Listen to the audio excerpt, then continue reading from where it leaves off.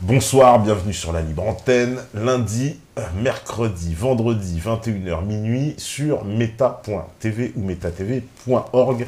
Voilà, comme d'habitude, grand bonjour à la régie, grand bonjour aux modérateurs, grand bonjour à tous les métanautes pour une soirée spéciale. Alors, vous avez initié déjà le concept avec Alain Benajam, c'est face au public, et ce soir, c'est Adrien Abosi. Bonsoir Adrien. Bonsoir, et je m'excuse du retard. Voilà, je viens à l'heure et des fois il y a de la régulation. Pardonné avec toutes ces perturbations CGT. Il est vrai. Voilà, on recevait d'ailleurs un élu CGT de la cheminot CGT qui nous a confirmé que la grève est reconduite. Et donc, ah oui, je confirme, ouais. Donc il n'y a pas de souci là-dessus. L'euro, en tout cas, paraît bien parti. Et bien parti un peu, qu'est-ce qu'on peut dire aussi de notre pays? Bien parti aussi la France. Ah, ça fait un petit moment qu'il a mal parti, la France. Hélas. La France, donc, qui est dans un... Alors, depuis que ta dernière venue, justement, sur Meta TV, il y a encore, on va dire, plein de choses qui se sont passées. Ah ouais. L'actualité, de toute façon, elle est plus que riche. Et on voit que l'état général, en tout cas... la situation sur tous les plans économiques, social, elle est en train de se dégrader. Hein. Social, là on est bon, bah, dans les grèves, la loi El Khomri. Alors comment est-ce que tu analyses justement toi un peu toute cette explosion de colère, tous ces mouvements là? Déjà, si tu regardes les choses avec un maximum de hauteur, tu te rends compte que tu peines à trouver dans la société un secteur qui n'aille pas mal. Tu as l'impression que tout part à volo. L'armée, les hôpitaux, l'éducation nationale, le tissu économique, la police, hein, puisqu'on voit oui, bien que la police manifeste. Il y a un grand malaise des policiers pour la haine anti-flic, qui est pour moi d'ailleurs quelque chose, je dirais, de très artificiel, cette haine anti-flic. D'où vient cette fameuse haine anti-flic dont on parle en ce moment? On sait très bien que c'est ce que j'appelle moi la bourgeoisie complexée, c'est-à-dire tous ces groupes d'extrême gauche qui, complexés d'être bourgeois et complexés d'être blancs, essaient de se chercher une radicalité, essaient de se chercher une épaisseur qu'ils n'ont pas. Et donc, ils ont cette haine anti-flic, alors que les flics, de fait, ne lui ont rien fait. Et s'ils veulent vraiment avoir la haine contre des gens qui persécutent le peuple au quotidien, qu'ils aient la haine anti-racaille. Parce que, je m'excuse, mais les racailles font 1000 fois plus, 10 000 fois plus, 100 000 fois plus de mal au quotidien à la population française que les flics. Mais la police, on a vu quand même des images choquantes. On voit les policiers frapper des gens, enfin, alors, je veux dire, clairement abusivement dans l'image, il n'y a pas de danger. Tu parles à quelqu'un qui connaît le sujet, puisque moi-même j'ai vu en 2013 des images choquantes, mais de toute façon tu sais qu'il y a des brebis galeuses partout. Quel groupe social, quel groupe corporatif peut prétendre être parfait? Voilà, donc ce sont des êtres humains. À partir du moment où tu mets le facteur humain dans une situation, t'as de l'imparfait, je veux dire, c'est évident. Donc bien entendu qu'on peut leur faire des reproches. Quel est le principal reproche que je fais moi à la police aujourd'hui? Il est très simple. Si j'étais ministre de l'Intérieur, déjà on rigolerait, hein. Mais si tu veux, l'ordre principal que je donnerais à la police, c'est de démanteler l'économie parallèle. Je ne dis pas qu'on ne fait rien du tout contre l'économie parallèle, mais je n'ai pas l'impression, si tu veux, qu'on s'attaque vraiment au cœur du problème. Or, plutôt que d'emmerder, passons-moi l'expression, les automobilistes, je pense qu'on ferait mieux, si tu veux, de mettre le paquet sur la lutte contre l'économie parallèle. Bon, donc je n'ai pas l'impression que la police est utilisée de façon le plus efficace. Et d'ailleurs, anecdote, tu sais, après que Valérie Trierweiler est sorti son bouquin sur Hollande, elle avait évoqué la fameuse phrase descendant. Oui. Je sors de mon cabinet à ce moment-là, et je voulais pas prendre le chemin habituel pour x, y raison, et je prends pas le métro au même endroit. Et tu vois, je vois un barrage de flics qui m'empêche d'aller à la rue, je vois les, ils me disent ah, vous pouvez pas passer par là, donc allez par ici.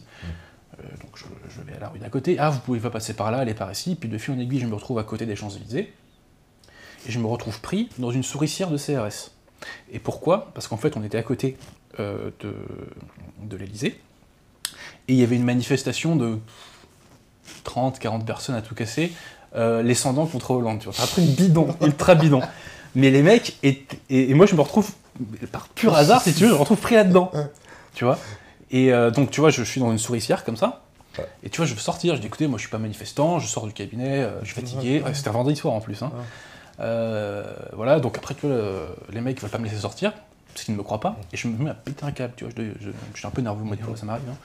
Je dis c'est scandaleux, je suis avocat barreau de Paris, j'appelle le bâtonnier, je n'ai rien à foutre, parce que tu sais que tu peux pas, quand tu es avocat, il faut appeler le bâtonnier avant d'être mis en garde à vue. Donc tu vois, je pète un câble. Et au bout d'un moment, je leur dis, mais en plus, vous avez des ordres de merde, vous nous faites chier. Bon, quand t'es énervé, t'as pas forcément un langage très châtié. Hein. Vous nous faites chier alors que c'est l'open bar pour les racailles, tout ça. Je peux te dire que tous les CRS, ils baissaient les yeux. Il n'y en a aucun qui a levé la main pour me mettre une tarte. Ils baissaient tous les yeux, ils savaient tous que j'avais raison.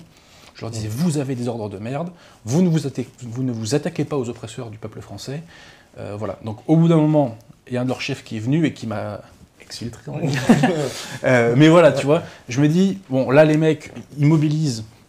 Il devait y avoir quoi à ce moment-là 100 CRS et policiers pour 30 mecs. 40 personnes qui faisaient pas de mal à une mouche. Moi, je dis un truc tout bête. Ces mecs-là, moi, je les aurais mis plus tôt, si j'étais ministre de l'Intérieur, dans les Transiliens. Là, on aurait évité des infractions, tu vois. Bon, voilà. Donc, la vraie critique qu'on peut faire à la police, c'est ça. Après, la police, elle obéit à des ordres. Elle obéit à des ordres, bien sûr. Hein donc, in fine, c'est nos politiques les responsables.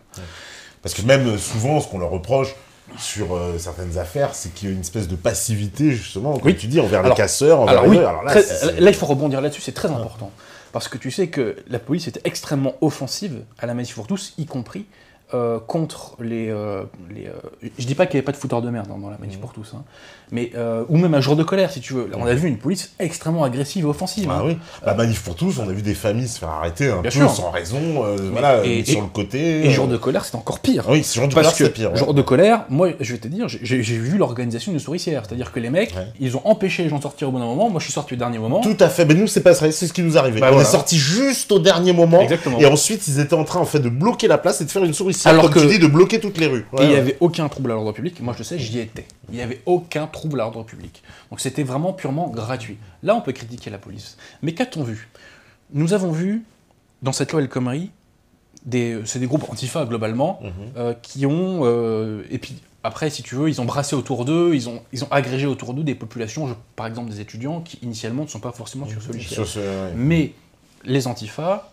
on les a beaucoup vus pendant ces manifestations, sans qu'on les nomme d'ailleurs dans les grands médias. On disait les casseurs, les trucs comme ci, les trucs comme ça, ou l'ultra-gauche. Et donc, on a vu quand même qu'ils avaient un certain open bar. Parce que quand tu vois les images de flics qui se font caillasser, sans broncher, caillasser, insulter, mais à jour de colère, on aurait fait le dixième de ça, mais on se serait pris à coup de tête, balayette manchette, à coup de taser, quoi. Enfin, c'est... Enfin voilà, donc au bout d'un moment, d'ailleurs, excuse-moi, je reviens dessus, chez Bourdin, un CRS, tout à fait. A appelé pour dire qu'effectivement, ils avaient les ordres de les laisser foutre la merde. Tout à fait. Eh bien moi, je vais te dire le fond de ma pensée là-dessus.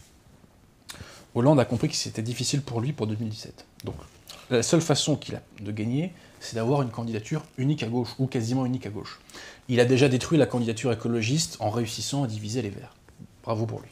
En prenant Emmanuel Cos dans son gouvernement. Exactement. Il a flingué tous les Verts. Exactement. Et puis Jean-Vincent Placé. Et Jean-Vincent Placé, voilà. Donc, c'est toujours ça d'enlever. Maintenant, il faut décrédibiliser la candidature Mélenchon. Et moi, je pense que ce que veut faire Hollande, c'est faire comprendre aux Français que extrême gauche, entre guillemets, parce que, bon, Mélenchon, ce qui est vraiment d'extrême gauche à discuter. En tout cas, il revendique... En tout cas, il revendique certaines références. Je pense que ce qu'il voulait montrer aux Français Hollande, c'est que extrême gauche égale chienlit, si tu veux, pour parler poliment. Et en gros, c'est façon de dire, c'est vraiment ça, c'est vraiment pour ça que vous allez voter, tu vois. Je pense que c'est ça l'idée qu'il y avait derrière. Autrement, il n'avait aucun intérêt. Mais ça a été quand même très instructif, je trouve, ces manifestations. Parce que Hollande, clairement, alors justement, par rapport à la séquence là qu'on est en train de vivre, il peut plus reculer. Clairement, il peut plus revenir en arrière. Parce qu'on va dire que s'il fait un rétropédalage là, à l'heure où on parle, c'est terminé. Autant mettre les clés sous la porte, on ferme les rideaux et on s'en va. Y a pas il est dans une truc où il peut plus reculer. Et en même temps, j'ai l'impression que en fait, il est quand même tombé sur un os en face, parce que là, c'est quand même... on voit bien que... on accuse la CGT, mais finalement, c'est une espèce de mécontentement général aussi. Quoi. Et même, on a même l'impression que le peuple français cherchait presque le prétexte. Le prétexte, exactement, voilà. Il cherchait le prétexte pour gueuler, tu vois. Pour gueuler, exactement. Sachant que cette loi El Khomri, bon, les mesures les plus choquantes n'ont pas toutes été enlevées. Hein, il y a quand même 2-3 trucs quand même assez chauds. qui pour moi n'apporteront strictement rien à l'économie française. Je pense, tu vois, aux accords de compétitivité. Ça, c'était le terme qu'employait Sarkozy. Quand Sarkozy le proposait, c'était quelque chose de dégueulasse et de nul à chier, pardon pour mon langage. Mais en revanche, quand c'est la gauche qui le fait en mettant d'autres noms, c'est fantastique. Bon. Je crois qu'ils appellent ça les accords offensifs. Voilà, c'est les accords offensifs qui sont pour moi, d'un point de vue juridique, une monstruosité. Mais de toute façon, je ne pense pas qu'il y en a beaucoup qui seront signés. Mais je vais te synthétiser très simplement la loi El Khomri. La loi El Khomri, selon ses opposants, c'est vraiment un truc qui va détricoter le code du travail, on va redevenir des esclaves. Et du côté des partisans, on nous dit c'est fantastique, c'est la modernisation du code du travail, vous allez voir, ça va booster l'économie. Rien du tout. Pourquoi ? Parce que l'immense majorité des mécanismes juridiques prévus par la loi El Khomri sont subordonnés à des accords d'entreprise. Or, qui dit accord d'entreprise dit que de fait, 80% des sociétés françaises ne seront pas concernées par cette loi. Voilà. Tout simplement parce qu'il n'y a pas de représentation syndicale. Alors, la loi Rebsamen... Oui, parce qu'ils ont repoussé aussi les quotas pour la représentation syndicale. Alors, justement, la loi Rebsamen... Alors ça, c'est encore notre problème. Mais disons que la loi Rebsamen, en août dernier, avait... Comme quoi, là, tu vois, le truc venait de loin. La loi Rebsamen avait, je dirais, libéralisé la négociation collective. Ouais. Ce qui n'était pas forcément une mauvaise chose d'ailleurs, soit dit en passant. Et la plupart des gens sont pour. Moi, même avec le représentant CGT, je lui dis, mais les gens sont plutôt pour qu'on inclue un peu de démocratie dans l'entreprise, entre guillemets. Alors là, la loi El Khomri dispose que un accord d'entreprise, pour être majoritaire, désormais, doit être validé par 50% des salariés. Moi, j'ai envie de dire une chose simplement. Si vous faites confiance aux syndicats, si vous faites confiance à la responsabilité des salariés, je ne vois pas en quoi c'est choquant. Alors, pour être tout à fait franc, moi, je suis allé à quelques conférences organisées par l'Ordre du Barreau là-dessus, et ce que disaient les DRH divers et variés, c'est qu'eux, ils n'étaient pas forcément pour le 50%, parce que ça les clivait. Et que parfois, si tu veux, un accord, c'est pas de façon manichéenne, généralement, qu'on arrive à mettre en place un accord d'entreprise. Mais j'y reviens, cette loi El Khomri, in fine, ne concernera qu'un nombre très restreint d'entreprises. Et la tartufferie suprême de cette loi El Khomri, c'est quoi ? C'est qu'on s'attaque au code du travail, alors que, je vais être très franc avec toi, le code du travail, il pourrait être facilement amélioré par des petites mesures par-ci par-là. Mais à tout casser, tu gagnes 300 ou 400 000 emplois, pas plus. Le vrai boulet de l'économie française, le vrai boulet, je dirais, inhérent à la France, parce que je pourrais te parler du libre-échange, de la liberté de circulation des capitaux, etc. Mais le vrai boulet inhérent à la France, c'est le coût du travail. Et pourquoi on ne s'attaque pas au coût du travail ? Parce que si tu t'attaques au coût du travail, tu t'attaques à l'immigration.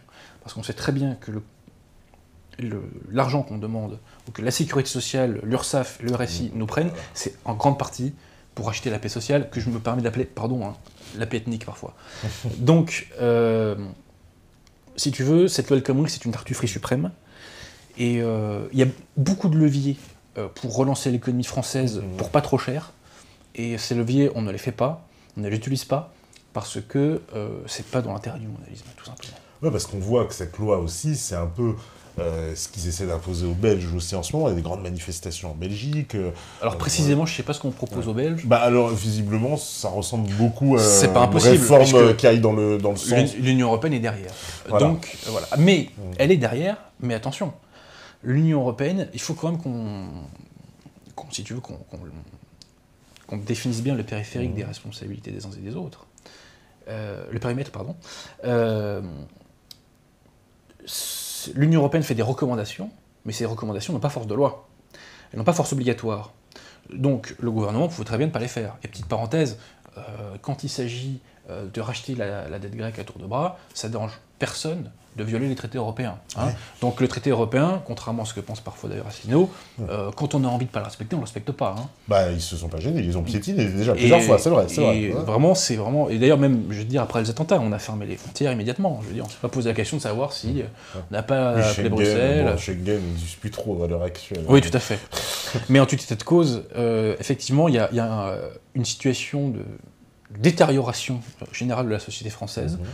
Le mécontentement, à part chez les winners, passe-moi l'anglicisme, de la mondialisation, et encore, je pense que même eux, ils commencent à tirer la langue, de toi à moi, il y a un mécontentement global. Et de fait, ce mécontentement se fonde sur des raisons objectives.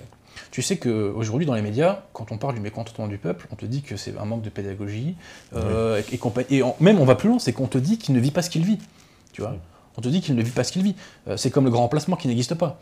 Dire que le grand remplacement n'existe pas, c'est comme dire que le chômage de masse n'existe pas, ça n'a aucun sens, si tu veux. Mais bon, c'est comme ça. Mais il y a un mécontentement général. La superstructure française ne reflète pas ce mécontentement général. La vraie souffrance française, on ne la voit pas ou peu quand même dans les médias, si tu veux. La souffrance de ce qu'on appelle la France périphérique, c'est-à-dire toutes ces zones dont la vie économique a été vampirisée par les mégapoles, si tu veux, qui sont en train de crever. Moi qui connais un peu la Provence et le Limousin, je vois ça. Tu vois là-bas, c'est pauvre, tu vois, en 3 secondes et demie, quoi. Il n'y a pas d'activité économique, c'est complètement mort. Ça, tu n'as quasiment aucune visibilité médiatique de cela. La visibilité médiatique, elle est concentrée sur Nuit debout. Hein, elle n'est pas concentrée sur les gens du Limousin qui n'ont rien à bouffer. Hein, parce que là, pour le coup, des fois, il y a de la misère. Hein. Enfin bref, je m'emballe. Mais tu vois, comme quoi il y avait effectivement un moment de vérité quand même. Hein, on a vu cette bourgeoisie de gauche se recentrer sur son propre nombril. On a vu ces antifas très courageux face à des policiers droit-lomistes qui ont pour ordre de les laisser foutre le bordel, mais un peu moins courageux face au SO de la CGT qui était un petit peu énervé. Hein, je sais pas si tu avais les images, mais c'était du lourd. Hein. Oui. On a ce mécontentement qui vraiment arrive partout. C'est pareil, ce qu'on parle beaucoup dans les grands médias de la souffrance des professions libérales. Très peu, ça. Je vais te dire, dans mon entretien à Indépendance Web TV, j'ai dit une phrase qui a choqué beaucoup de gens. J'ai dit que juridiquement, pas économiquement, juridiquement, les salariés sont des enfants gâtés comparés aux professions libérales. Mais je maintiens. Quand tu es salarié, tu as une rémunération qui tombe tous les mois. Une rémunération régulière. Ce n'est pas le cas de l'immense majorité des professions libérales. Quand tu es salarié, tu as le droit à l'association chômage. À l'assurance chômage. À l'assurance chômage. Moi, si demain je suis sur le carreau, et on m'a piqué la moitié de mon blé chaque année, mais si je vais à Pôle emploi, on me dit au revoir monsieur. Hein. Donc tu vois, il y a tous ces trucs-là. C'est pareil, c'est comme les congés payés. Moi, j'ai pas de congés payés en tant que profession libérale. Si je bosse pas mes dossiers, eh ben mes dossiers ils avancent pas et le blé il ne tombe pas. Donc, je maintiens que quand on est salarié, on est juridiquement, je dis bien seulement juridiquement, parce que la caissière, je sais bien qu'elle galère. Même si elle est aux 35 heures, je sais que c'est pas simple. Sa vie n'est pas simple, je le mesure. Mais juridiquement, on a des privilèges, hein, entre guillemets, comparé aux professions libérales. Mais tu vois, le mal-être des professions libérales, ça n'existe pas. On a l'impression que le curseur médiatique concerne uniquement la bourgeoisie de gauche et les banlieues. Tu vois, c'est les deux trucs dont on parle, Nuit debout et les banlieues. Mais en revanche, tous ces trucs-là dont je te parle, on en parle très peu. Même Calais, si tu veux, on en parle très peu. On en parle dans la nouvelle opinion publique, on en parle même beaucoup. Mais de fait, dans les grands médias, on en parle de façon incidente de temps en temps, oui c'est vrai, mais pas tant que ça. Mais justement, je veux rebondir sur la nouvelle opinion publique, parce que il y a eu récemment l'affaire Black M, alors ça c'est on en a parlé. Mise à l'amende légendaire. Et ça, c'est de la nouvelle opinion publique. À 100%. Totalement, ça. Parce que ça arrive d'Internet. Alors, son type, c'est F de Souche, c'est ça, les premiers qui ont balancé le truc. Bon. Grosse dédicace à F de Souche. Voilà, ceux qui connaissent le rap, vous savez, ces paroles de Black M, hein, même moi, je la connaissais, cette chanson, depuis très longtemps. D'ailleurs, cette chanson, il y a quand même une hypocrisie, je trouve, des gens, parce que ça passait partout, à Skyrock, à Énergie. Et je vais te dire... Sans offus, des années après, j'ai envie de dire, mais les mecs, réveillez-vous, ça passait partout. Et d'ailleurs, il y a beaucoup de choses à dire, je pense, sur le groupe Section d'Assaut, qui est pour moi, je suis pas un spécialiste de rap, mais pour moi, c'est un nouveau type de rap. Pour moi, c'est un type de rap qui vise spécifiquement les blancs urbains, si tu veux. Et d'ailleurs, si tu prends le fameux clip que j'ai revu de Black M, désolé, le héros du clip, c'est un petit blanc, tu vois, c'est un couffard, tu vois, c'est le personnage principal du clip. Et ce qui est rigolo, parce que quand même Black M, c'est pas le plus méchant hein, dans le rap, soit dit en passant. Non. Soit dit en passant, quelle est la vraie morale de l'affaire Black M que moi j'ai bien aimé? C'est que maintenant, t'insultes la France, tu te prends des coups. Maintenant, on réplique. Avant, on pouvait chier sur la France sans rien avoir en retour. Et ben maintenant, c'est terminé ce temps-là. Et je veux dire, moi, quand j'allais au rugby, quand je suis passé senior au rugby, c'était un de mes potes qui emmenait en voiture. Tu vois, je le rejoignais Porte d'Ivry. Et puis on allait en voiture ensemble au stade. Et lui, il écoutait du rap. Et donc, il m'infligeait Skyrock, tu vois, il m'infligeait ces trucs-là. Et il écoutait beaucoup Sniper. Ouais, Et je connais bien Sniper, personnellement. Voilà, tu vois, tu leur demanderas... Ils sont d'ici d'ailleurs, hein, tu sais. Gros dédicace à Sniper. Mais alors on y va doucement, je vais rencontrer leurs potes dans la rue. Alors j'y vais très doucement. Mais tu vois, ils ont le fameux morceau France. Oui, à la fin du morceau France, je m'en fous à la limite de la fin des paroles, mais tu vois, t'as un coq, et le coq, t'as un coq qui crie, qui chante, je sais pas comment on doit dire, et ce coq, à la fin, il se prend un coup de fusil. Il se prend un coup de fusil, ouais. Ce qui est quand même violent, tu vois. Si tu fais ça, un chant de muezzin, on dit comme ça. Ouais. Donc si tu prends un chant de muezzin avec un coup de fusil derrière, on dit oula attention. Si tu prends un chant de rabbin et que là encore plus. Mais voilà. Sa chaise électrique. Donc moi je te dis mais le symbole de la France qui se fait tirer dessus, ça ne choque personne. Enfin je veux dire bon voilà. Et donc comparé à ça, si tu veux, Black M c'était quand même. C'était vraiment gentil. C'est du light. Hein. Voilà. En plus je vais te dire, j'ai pas de dire sur une ambulance, le pauvre Black M. Mais la morale de l'histoire. Il y a deux morales de l'histoire, c'est que, la nouvelle opinion publique a de plus en plus conscience d'elle-même, et au-delà de sa masse critique, elle a de plus en plus conscience d'elle-même, elle a de plus en plus conscience de sa force, et l'autre morale, c'est que tu insultes la France, t'es châtié. Et tu vois, hypocrisie totale de nos médias, c'est une affaire de racisme. Et ça, alors c'est insupportable. C'est marrant parce qu'en plus, l'affaire du racisme, elle est apparue quand le maire a évidemment déprogrammé. Ils ont dit les racistes ont gagné. Ouais. Mais non mais comment ça les racistes? Et je vais te la faire simple. Ouais. Qu'est-ce qui me gênait moi pour Black M? C'est que pour moi, Black M, c'est une profanation mondialiste d'une commémoration qui est quasi sacré, le mot est trop fort, mais d'une commémoration vraiment solennelle. Parce que Verdun, c'est un moment. C'est un moment central de l'histoire de France. C'est extrêmement important, la bataille de Verdun. Mais je suis en train de te dire que la commémoration qu'on a eue était aussi une profanation mondialiste. Ça été en passant, les mecs n'ont même pas eu j'allais dire, coronesses de prononcer le mot de Pétain, mais vous êtes des baltringues, vous êtes des grosses baltringues. Ils n'ont pas pu prononcer. Alors ça c'est marrant, oui, parce que faut pas oublier que Pétain, ce grand héros de Verdun... Non mais il a été effacé. Il a été effacé, c'est comme dans une soviétique. Tu sais, on reprenait les photos dans les livres d'histoire, puis on effaçait les têtes des gens. Ouais, c'est ça, ouais. Et ben Pétain, il a disparu. C'est pareil. Ouais, parce qu'on n'a pas voulu mentionner son nom. Mais je vais dire une chose, à la limite, s'ils avaient vraiment voulu avoir un rappeur noir, ils auraient pu appeler Topa. Mais t'aurais eu tous les gauchistes qui auraient dit oui, c'est pas fasciste. Si vous voulez vraiment un rappeur noir patriote, vous appelez Topa. Pourquoi ils n'ont pas pensé à appeler Topa? Non, moi s'ils m'appellent, je t'aurais tous les gauchistes sur le dos. Question simple. Non mais voilà, écoutez, il faut savoir. Mais tu vois, on voit bien toute la tartufferie du système qui, au final, n'a que l'accusation de racisme et de complotisme à nous renvoyer. Ouais, nous renvoyer parce pour tout et n'importe quoi. Ouais. Parce qu'on a vu même, dans la foulée, puisqu'on a des actualités, mais bon, Benzema, c'était la même chose. Ah oui, non mais qui hurle au racisme parce qu'on l'a pas sélectionné. Le multimillionnaire Benzema, voilà, quel scandale. Qui hurle et que c'est la France qui est raciste, évidemment, et c'est tout le monde. Voilà, une fois après. Alors, soi-disant, j'ai vu parce qu'il y a beaucoup de gens qui le défendent sur les réseaux sociaux et qu'on dit oui, mais. Les propos, ils ont été travestis. Alors moi, je suis parti rechercher l'interview originale, la fameuse interview où il dit « Oui, je choisis la France pour le côté sportif ». Bon, il n'y a pas d'équivoque quand même. Dans l'interview, quand on lit le sens, il dit clairement, en gros, j'ai choisi la France parce que bon, il y avait plusieurs meilleures chances d'opportunités en France qu'en Algérie. Voilà, je vais te dire, moi, franchement, cette interview de Benzema est cultissime. Et ce qui est génial, c'est que tu as Luis Fernandez sur le plateau, je crois, si je ne me trompe pas, qui le relance et qui dit oui, mais quand même, t'es content de jouer pour l'équipe de France. Et le mec, si tu veux, il saisit jamais la perche qui lui est prise, quoi. Il ne la saisit jamais. Et le message qu'il dit, c'est, en gros, la France, mais je m'en tape complètement, quoi.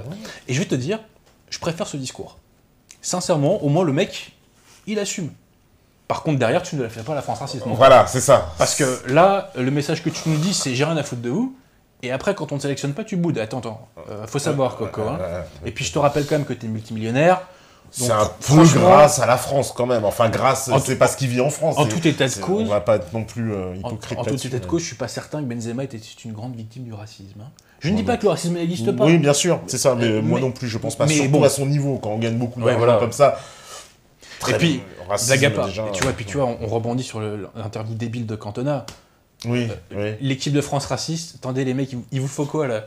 Il vous faut quoi de plus? Ça, c'est presque une blague, parce que en Roumanie, j'ai vu qu'ils s'étaient fait charcler, parce qu'il y a 2 présentateurs qui ont dit l'équipe de France, c'est le Congo et tout, et ils se sont fait immédiatement, évidemment, charcler complètement. Mais c'est pas une équipe... non, c'est loin d'une équipe raciste. Alors là, si ça, c'est une équipe raciste... Alors, ceci étant, tu sais que Ouais. je crois qu'il y a beaucoup à dire sur l'équipe de France de football. Ouais.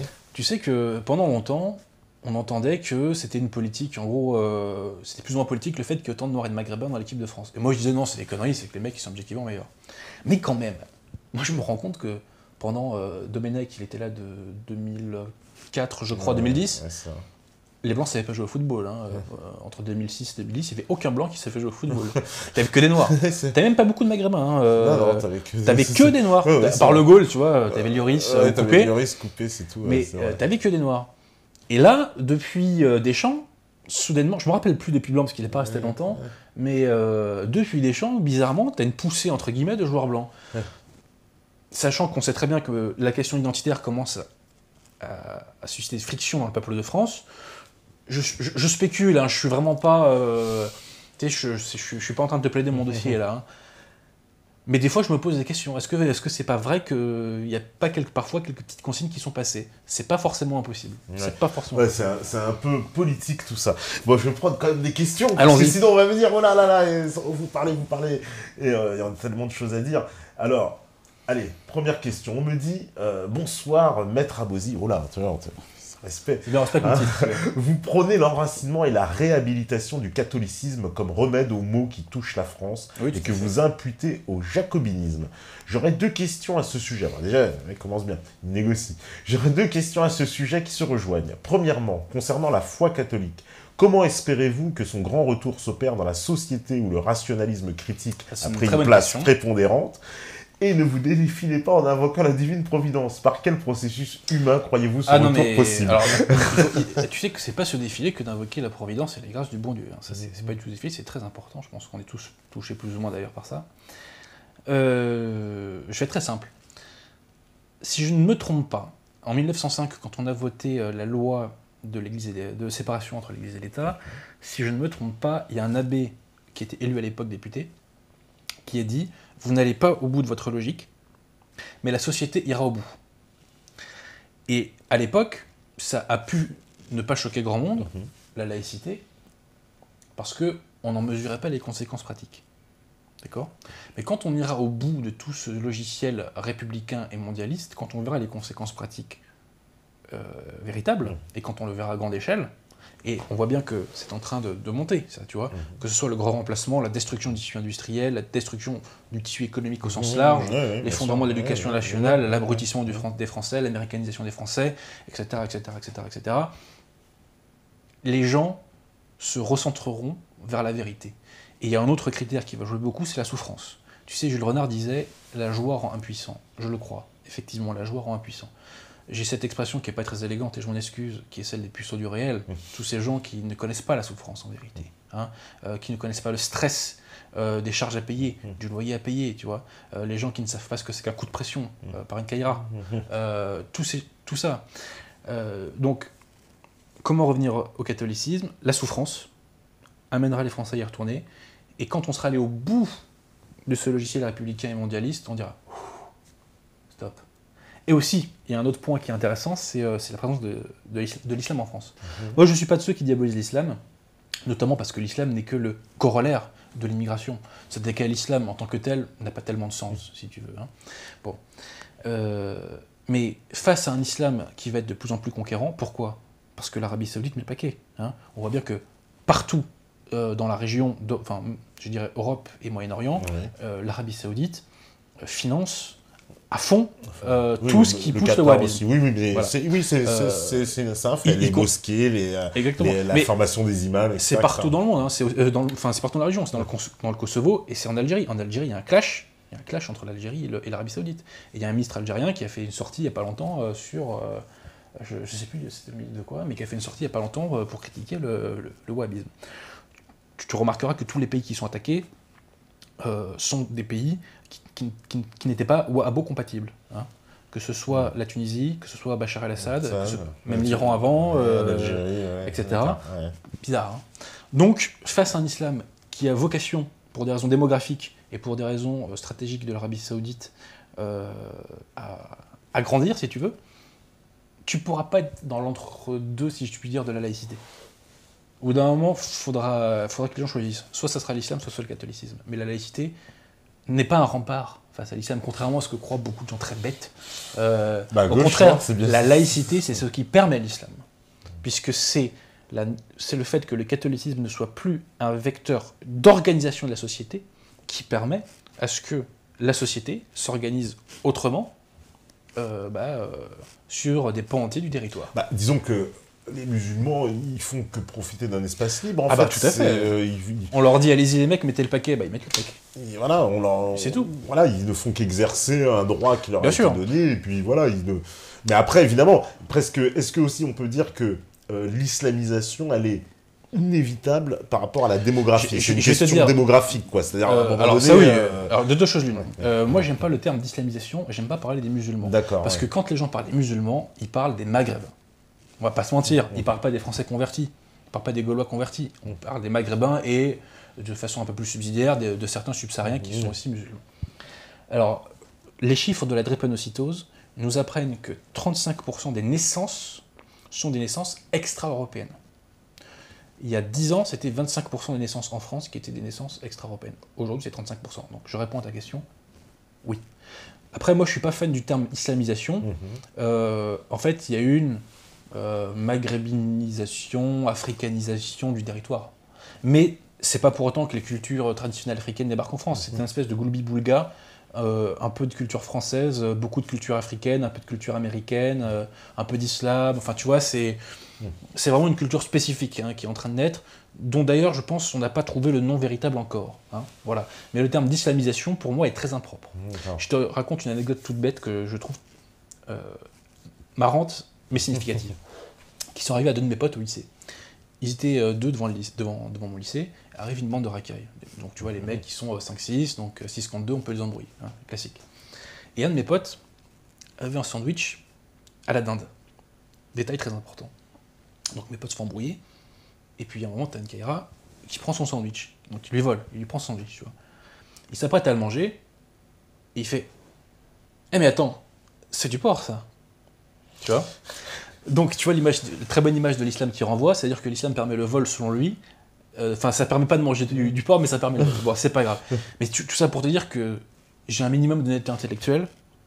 Ce mec-là, qui se revendique de l'islam parce qu'il mange pas de porc, c'est un musulman en carton-pâte. Bon, j'ai cette honnêteté intellectuelle. Un musulman un peu conséquent, théoriquement, ne vole pas. En tout cas, selon leur... Donc tu vois, le terme d'islamisation... D'accord, ouais. Voilà. Racaillisation, c'est mieux déjà.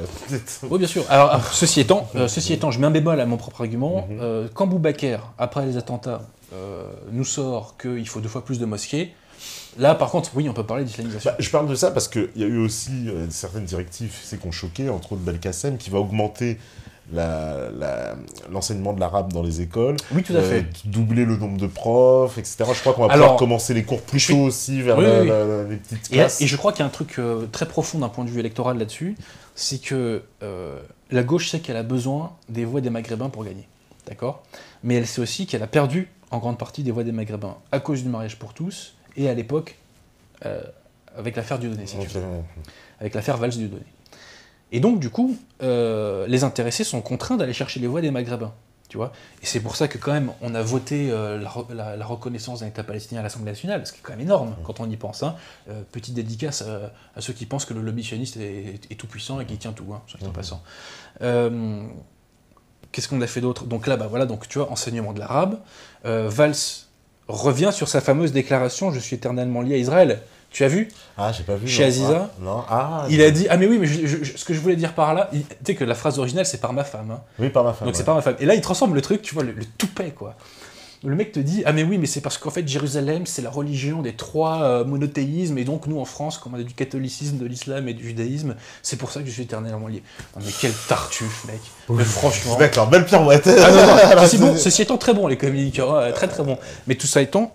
Le fond de tout ça, moi je pense que c'est que la gauche Elle veut récupérer un peu les voix. Elle veut récupérer les voix des Maghrébins. Tu sais quoi, qui va dans le sens de ce que tu dis, parce que, je sais pas si tu as remarqué, le gouvernement, on est en pleine crise, mais il fait un peu une distribution en ce moment à certains secteurs cibles. Tu peux le dire. Voilà, les fonctionnaires. Les fonctionnaires, t'as vu, on a augmenté les profs, on a augmenté les machins, etc. On va des catégories par catégorie en essayant de rattraper les voix. Et j'ai vu, alors très intéressant, aujourd'hui, qu'ils ont repassé encore une mesure, cette fois à destination situation des gens de l'outre-mer qui pourront bénéficier en fait des congés bonifiés, les fameux congés bonifiés, pour le moment, qui n'étaient valables que pour les gens qui habitaient en fait en métropole et qui venaient des Antilles, de la Réunion, etc. et qui avaient le droit tous les 3 ans, je crois, on rembourse en fait le billet d'avion pour aller là-bas. Et bien maintenant, ça pourra aussi marcher dans l'autre sens. Eh bien, tu me l'apprends. Ça pourra marcher donc des Antillais et des Réunionnais qui pourront venir en France à leur tour et être remboursés. Tu me l'apprends, je l'ignorais. Bah voilà. Mais ça va dans la démarche de faire en ce moment les petits cadeaux un peu partout parce qu'on a du mal. Tout à fait, ouais. Voilà, donc petits cadeaux en plus. Donc, on voit ce que c'est la démocratie. Hein. Vraiment, voilà, parce que là, on a vraiment l'exemple, parce qu'ils font clairement tout ça, on sait, c'est pour 2017, parce qu'il a plus rien, Hollande. Hein, je veux dire, là, il faut qu'il fasse quand même des petits cadeaux. Là. Ouais, c'est que tu pouvais critiquer Sarkozy, mais quand même, Sarkozy a un bilan. Négatif, il avait un bilan. Hollande, à part le mariage gay, qu'est-ce qu'on va retenir, quoi? Franchement, qu'est-ce qu'on va retenir de Hollande, quoi? Bah, peut-être les mêmes conneries, mais qui s'annonce ce qu'on va retenir de Hollande, c'est le Hollande sécuritaire, moi, je pense. D'ailleurs, on ne l'attendait pas sur ce terrain-là, hein, oui, ça c'est vrai, ouais. Mais au final, ce qu'on retiendra, c'est l'état d'urgence, le côté tu vois, policier, sur les renseignements. On n'a jamais été autant, on va dire, dans cette séquence-là, justement, très, très policière. Pire que sous Sarkozy. On n'aurait pas pensé que c'est vrai, à la limite. C'est vrai que Sarkozy, qui s'était fait on va dire quoi, c'était la tête de proue, Sarkozy, sécuritaire, tout sécurité. Et Hollande, c'était un peu du blabla. Mais c'est vrai que si tu veux... paradoxalement, le quinquennat Sarkozy va passer pour un âge d'or des libertés, y compris sur Internet. Parce que sur Internet, la nouvelle opinion publique, si tu veux, pouvait se développer tranquillement, et on voit bien que là, le gouvernement a pris, avec un peu de retard, conscience du phénomène, et qu'ils vont tenter de museler. Hein. Donc, mais effectivement, nous avons le gouvernement le plus liberticide depuis la guerre d'Algérie. C'est évident. Qui était un gouvernement de gauche, Guy Mollet aussi, non? Tout à fait. Faut le rappeler, non, parce que des fois, il y a des choses qui sont pas très claires. Alors on me dit, Maître Abosi encore, oulala, mon Dieu, bien qu'ayant un logiciel différent de celui d'Alain Soral, vous êtes tous les deux catholiques convaincus, très cultivés, amoureux de la littérature et de la France éternelle. Compte tenu de ces points communs, accepteriez-vous de travailler avec lui si vous le proposez? Participant à des conférences, par exemple. C'est quelque chose qui revient assez souvent, ça. Alors que je suis pas Enfin, je connais un peu Soral, hein, j'ai vu ses vidéos, j'ai lu quelques-uns de ses bouquins, mais on n'a pas du tout les mêmes références, on n'a pas du tout les mêmes... Enfin, si tu veux, c'est...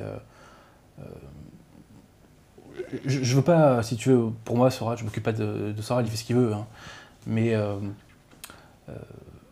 on n'a pas les mêmes références, on n'a pas les mêmes objectifs, on n'a pas les mêmes méthodes d'action, si je puis tenter de m'exprimer ainsi. Et si tu veux, on ne vise pas la même chose. Après, tu sais, Soral, on va être très clair sur la question Soral. Moi, je distingue deux choses. Je distingue la machine Soral et la doctrine. D'accord? La machine Soral, donc un site internet et une maison d'édition, de fait, ce sont des très bonnes choses.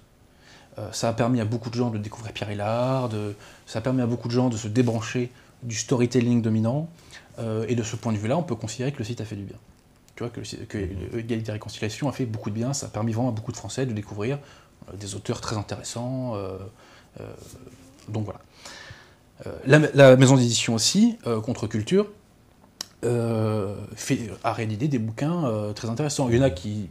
Bon, moi, m'intéresse pas tellement, tu vois, tout ce qui est extrême gauche, c'est pas tellement ce qui m'intéresse. Mais tu vois, quand ils rééditent du Delassus ou du Bainville, je suis obligé de dire que c'est une très bonne chose. Et s'ils permettent de découvrir du Delassus ou du Bainville à des gens qui ne le connaissaient pas, et bien de fait, c'est une très bonne chose. Après, tu as la doctrine de la réconciliation. Et là, sincèrement, enfin, c'est... Je comprends qu'on ait lancé ça à une époque, donc en 2007, je crois.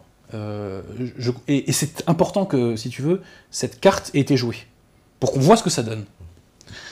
Or, 10 ans après, sauf erreur de ma part, il n'y a pas beaucoup de résultats en termes de réconciliation, parce que c'est pas aux Français d'aller vers les étrangers, hein. C'est aux étrangers d'aller vers la France, hein, soit dit en passant. Hein. Bref. Enfin, à considérer qu'ils doivent rester. Hein. Parce que, comme tu le sais, moi je suis partisan de leur immigration. Mais si tu veux...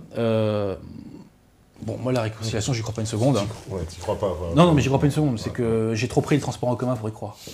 C'est tout. Donc, pour revenir à Soral, on n'a pas vraiment les mêmes références, puisque moi je suis plutôt, si tu veux, dans un logiciel gauche-droite à l'ancienne. Lui, il est plutôt... je crois qu'il... Sauf erreur de ma part, je veux pas me... Tu sais, j'aime pas dire des choses des gens quand ils sont pas là pour se... Mais je crois qu'il se défie quand même de gauche. En tout cas, aux dernières nouvelles. La façon dont il se positionne par rapport au catholicisme, je la connais pas vraiment. Mais je sais que la conciliation, si tu veux... La réconciliation n'est pas compatible avec le retour au catholicisme des Français. Parce qu'avec 15 millions de Scandinaves sur le sol français, ça va être difficilement conciliable, hein, tout ça. Hein. Ça va être très difficilement conciliable. Alors c'est comme il fait l'abbé Pagès, il veut convertir tout le monde. Lui. Alors ceci étant, c'est une très bonne chose de convertir tout le monde, mais je suis assez lucide et je pense pas qu'on y arrivera, tu vois. Ouais, ils sont peut-être pas d'accord. Mais ceci étant, pour l'assimilation, je te le dis franchement, le baptême c'est pas mal. Hein. T'as fait une bonne partie du chemin. Mais ça n'engage que moi de dire ça. Alors, on me dit, Monsieur Abosi, lors de votre dernière émission sur Méta TV, vous parliez du côté conspirationniste et obsessionnel sur les sujets du sionisme et de la franc-maçonnerie. Mais dans votre allocution sur Agence Info Libre, vous parlez pas mal des parrains Rothschild qui sont liés de près au sionisme et à la gouvernance mondiale. Ma question est la suivante. Est-ce une façon indirecte de dénoncer le sionisme ou préférez-vous vous concentrer sur des sujets qui concernent tout le monde, comme l'argent, la finance, le sionisme concerne en priorité les Israéliens et les Palestiniens. Moi, je suis français, si Dieu. Alors, il faut distinguer deux choses.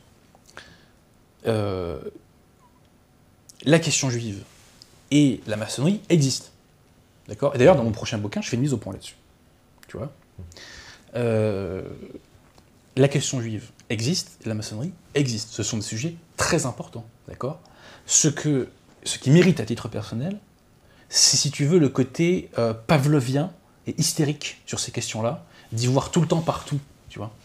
Ce qui ne veut pas dire qu'il n'y a pas de réseau juif, ce qui ne veut pas dire qu'il n'y a pas de réseau maçonnique, ce qui ne veut pas dire que ces réseaux ne sont pas parmi les plus actifs dans la question du mondialisme et de la spiritualité globale. Attention. Mais si tu veux, tu peux pas expliquer Nuit debout avec la question juive. Voilà. Hein, tu peux pas expliquer les racailles avec la maçonnerie. La réalité, c'est quelque chose de plus complexe que ça. C'est de quelque chose de beaucoup plus complexe que ça. Tu peux pas expliquer les antifas par la question juive. Hein, faut arrêter de délirer 2 minutes. Hein. Bon. Donc, ce sont des questions qui existent, qu'il faut traiter sérieusement, par exemple avec du Louis Bérémy, que vous avez reçu il n'y a pas longtemps, hein, qui en parle calmement en plus, hein, pas de façon hystéro.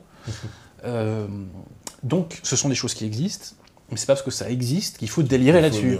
Voilà, c'est ça. Et soyons très clairs, je suis le premier à me moquer des réflexes pavloviens des gens du système, d'accord ? Ça ne veut pas dire que dans ce que j'appelle la nouvelle opinion publique, il n'y a pas des réflexes pavloviens aussi. Dans la dissidence qui est un secteur de la nouvelle opinion publique, un segment, il n'y a pas de réflexe pavlovien. Et moi, ça me fatigue, si tu veux. Et moi, tu vois, à chaque fois, je pense que j'ai quand même pour mérite d'apporter des concepts nouveaux.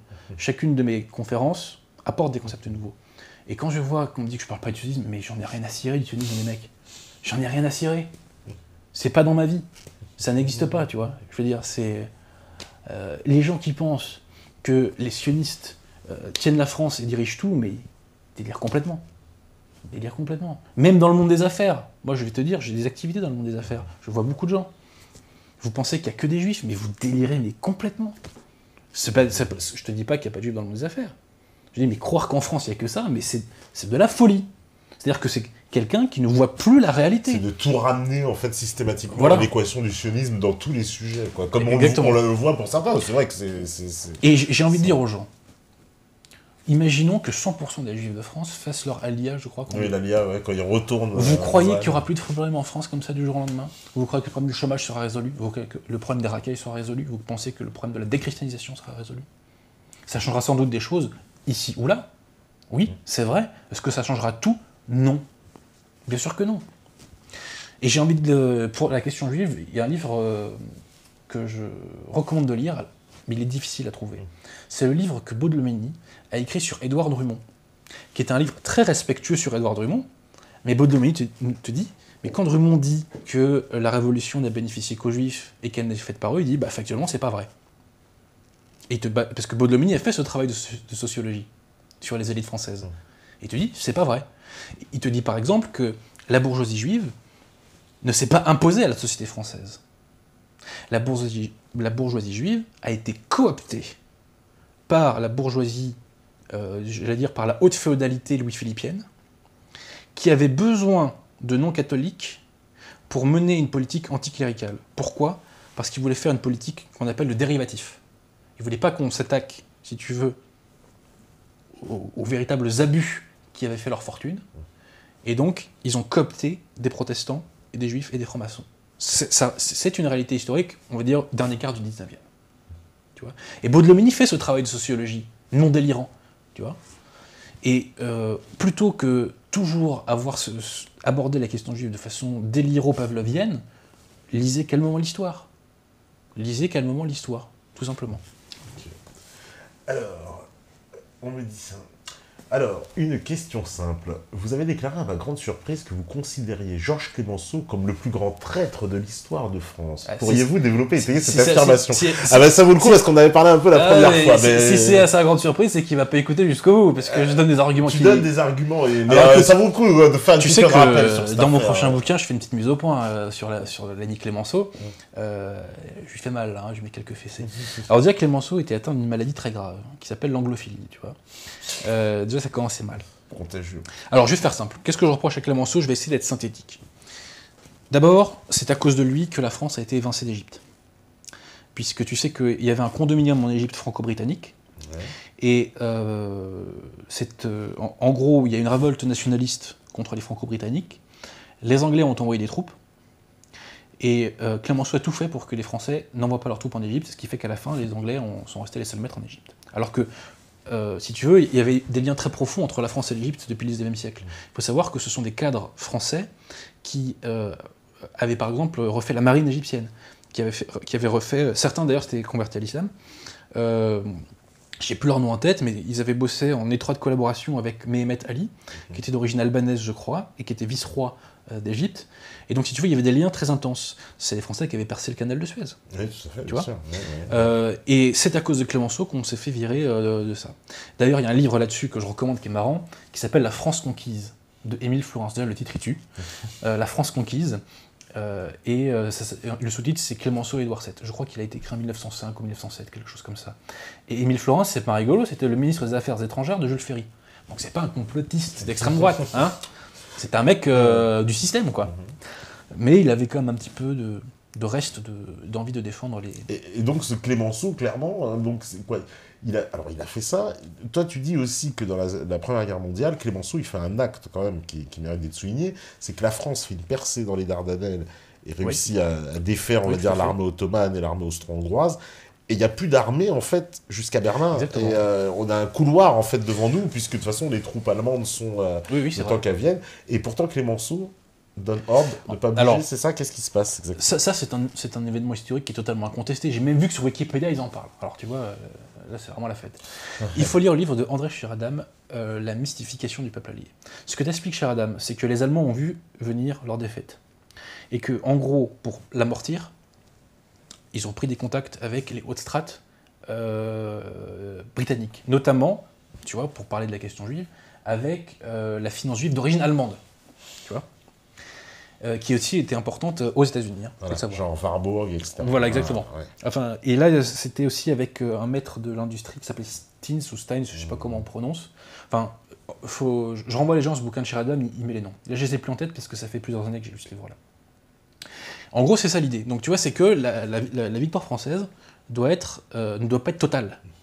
Elle ne doit pas être foudroyante. Parce que si la victoire française est foudroyante, la France imposera un ordre européen... français, en fait, sera en position de force. Quoi, exactement. Vraiment, ouais. Et n'oublie pas une chose, c'est qu'en 1918, la France, c'est la première armée du monde.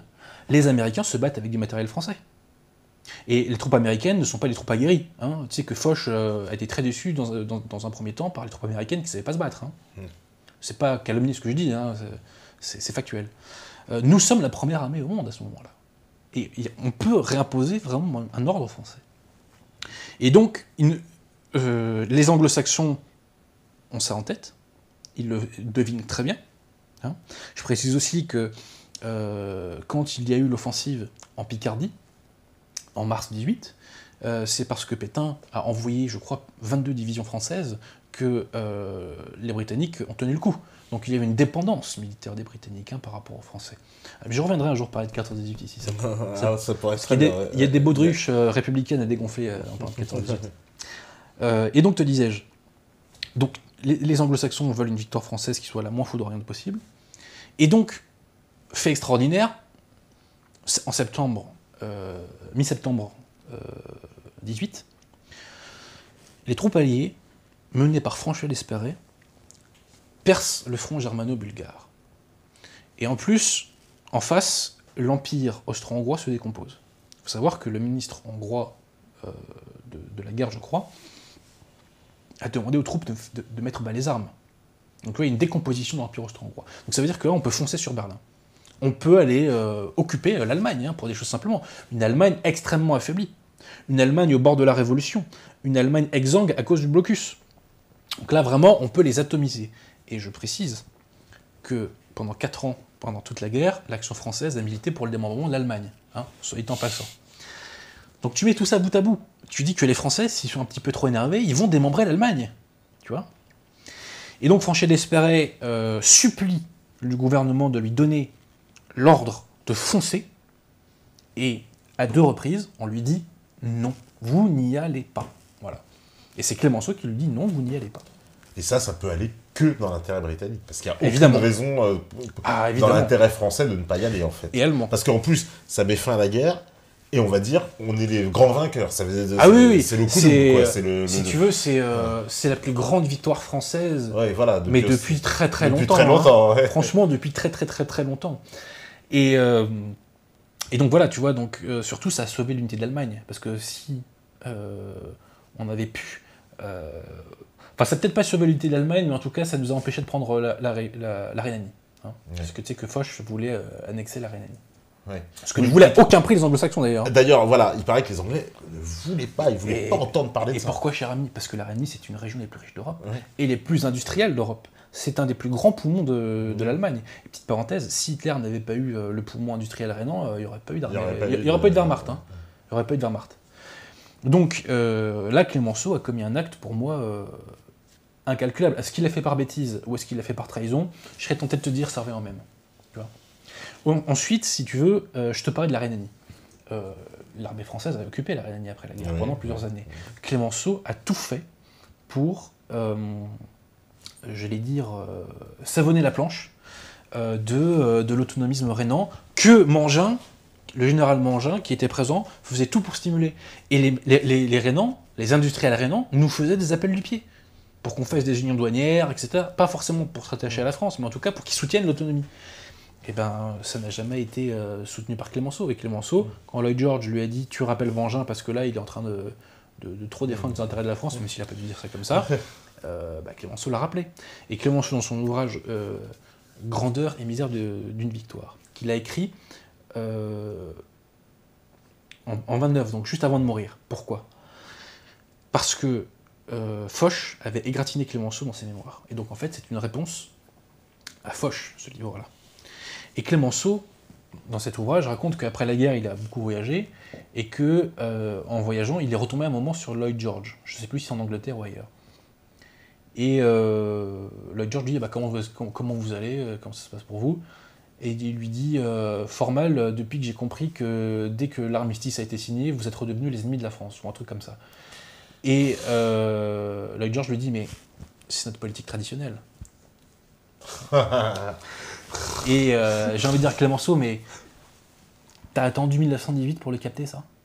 Ou même t'as attendu ton voyage pour le capter ? Non mais franchement. Et puis je peux continuer. C'est pareil, le pétrole de Mossoul.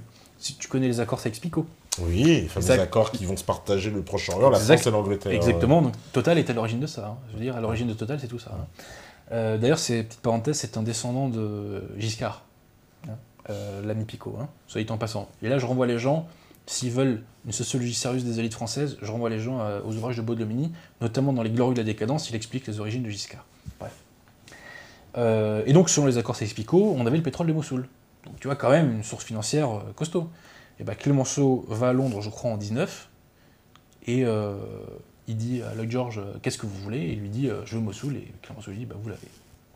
Et on a le témoignage du secrétaire, je crois, de mémoire de Lloyd George. Donc tu vois, tu as beaucoup de choses comme ça qui font qu'au bout d'un moment, ça devient du lourd. Et puis il y a le livre qu'on avait traité ici avec Pierre Hillard, là, de Carol Quickley, qui parle beaucoup de l'histoire secrète de l'oligarchie anglo-américaine. Et il y a le fameux groupe de mineurs, et dedans c'est très intéressant parce qu'il fait référence à ça, et il parle du traité de Versailles, et il dit qu'il faut absolument empêcher les Français de prendre le dessus, parce que l'Angleterre ne doit pas avoir une France forte sur le continent. C'est-à-dire qu'il faut qu'ils soient forts, mais pas... Voilà, il faut les contenir.